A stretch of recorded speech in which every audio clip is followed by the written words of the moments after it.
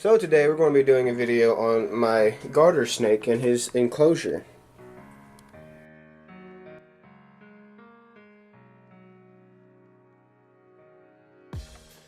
This is my garter snake's enclosure. It is a 20-gallon long. This should be plenty size for him for the time being. And it is set up in a way that I can easily get to him because I am working on training him to be more comfortable being handled and eating out of my hands and things of that sort. And by this time next year, he'll have a whole new enclosure, and I'm really excited when we get to that point. So if you couldn't tell already, he has his own little farm. He has his little bitty house. He's got all of his little natural looking trees. And I tried to set it up to where everything was such a small scale. It makes the snake look larger, kind of, if you ever seen the sci-fi movie Anaconda, it's kind of what I was kind of going for. I've actually had him or her for a couple months now, and he's pretty much getting to the point where I can feed him from my hands and stuff.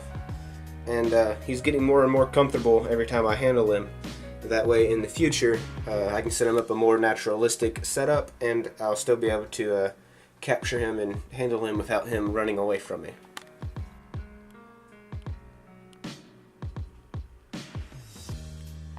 So my little garter snake here, who I have named Snek because he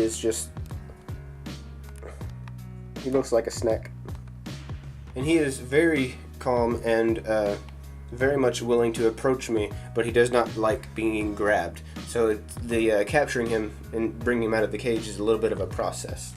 Up top we have his screen, which is clamped on. That way the lid will not come up, so I don't have to worry about him getting out, because he's now long enough to reach the top. And we have his light up here, which is just a regular lamp. It has a regular 60-watt light bulb in it, along with a fluorescent tube, so you can see there, and it gives it this real nice look. So we have just the regular 60-watt light bulb, and then we have the fluorescent one. So when you have them both on, you kind of get a nice mix of the two.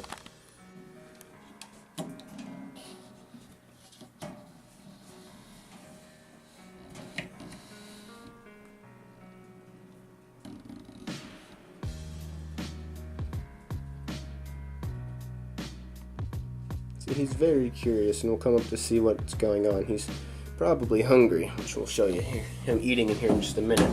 So garter snakes are actually one of the most underrated and best pet snakes you can have, especially for a beginner snake, which I'm a beginner snake owner, so this is perfectly for my range of expertise. One of the great things about garter snakes is that they don't actually have to eat mice like a lot of other snakes, so you don't have to go to the pet store and get little pinky mice or anything. But when they are full grown, they can eat pinky mice, but it isn't really advised to feed them anything much bigger because they have a hard time digesting fur. But everything else they should do fine. So they mostly eat earthworms and fish, little minnows and stuff. So as you see here, we have his water bowl, which is just a little Tupperware bowl, just 1.5 inches, maybe 2 inches tall, filled with water that I refill every other day or so. And every now and again I'll put a minnow in there and he'll chase him around, but we'll save that for a future video or something. And this is what I feed him. It's just live red worms, or it's little earthworms. I get them, I think, just about every other Walmart or pet store or fishing tackle store. We usually carry them. They're real cheap, and you get like 30 of them, so they'll last about a month or so, especially if you feed them every other day. So we're going to go ahead and get him out. This is going to be a minute, so I'm probably going to have to cut and edit this up a bit. But when you can already see him, he's up and about.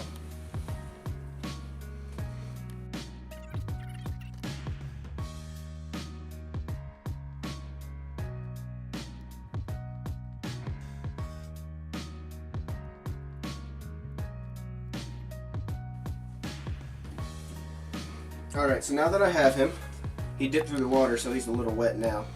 But I have him. So this is my garter snake. You want to go ahead and get up close and get a good look at him. I'm not sure if he's a boy or a girl. He's just a little baby.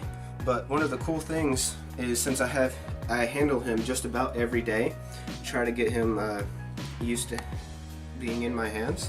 One of the things is I can actually feed him while he's in my hand. So now we have the snake out and about, we're going to feed him here. So I take the worms and I shake them upside down so that way they'll all go to the top of the container here. And when we open it up, a little stick. Oh, he knows what time it is. I dig him out a nice big worm. Shake it off a bit, try to get as much dirt off as I can. This is a real big one, so if he's hungry, he will eat it. And you see, he's already sniffing the air looking for it. And what he looks for is the motion. That's what gets his attention.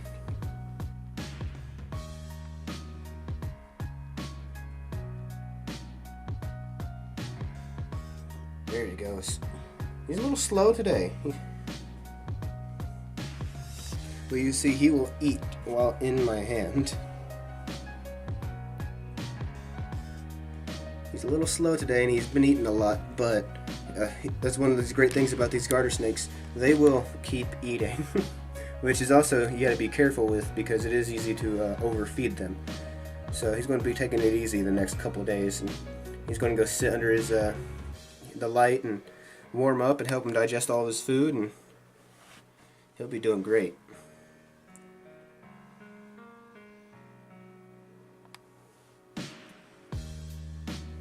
You see, he'll just like that, down the hatch, and he's ready.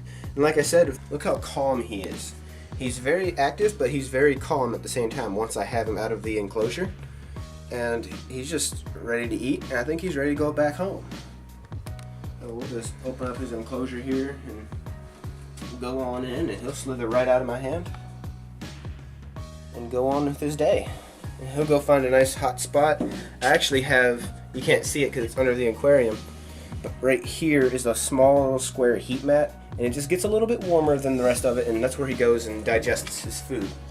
So we'll put his little house back in, which is just, I think I got it from like Hobby Lobby or one of those little craft stores, and you just kind of put it together. I just used a little bit of hot glue to hold it all together, and he goes inside, and that's his little hide, his little log cabin on the ranch.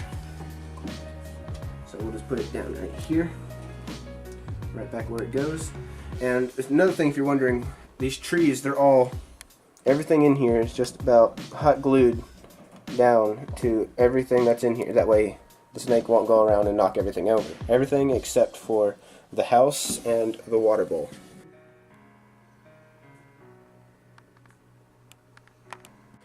So we're going to end the video off here, do a little bit of a little mini montage. This one's going to be nowhere near as big. It's just a lot smaller of a setup.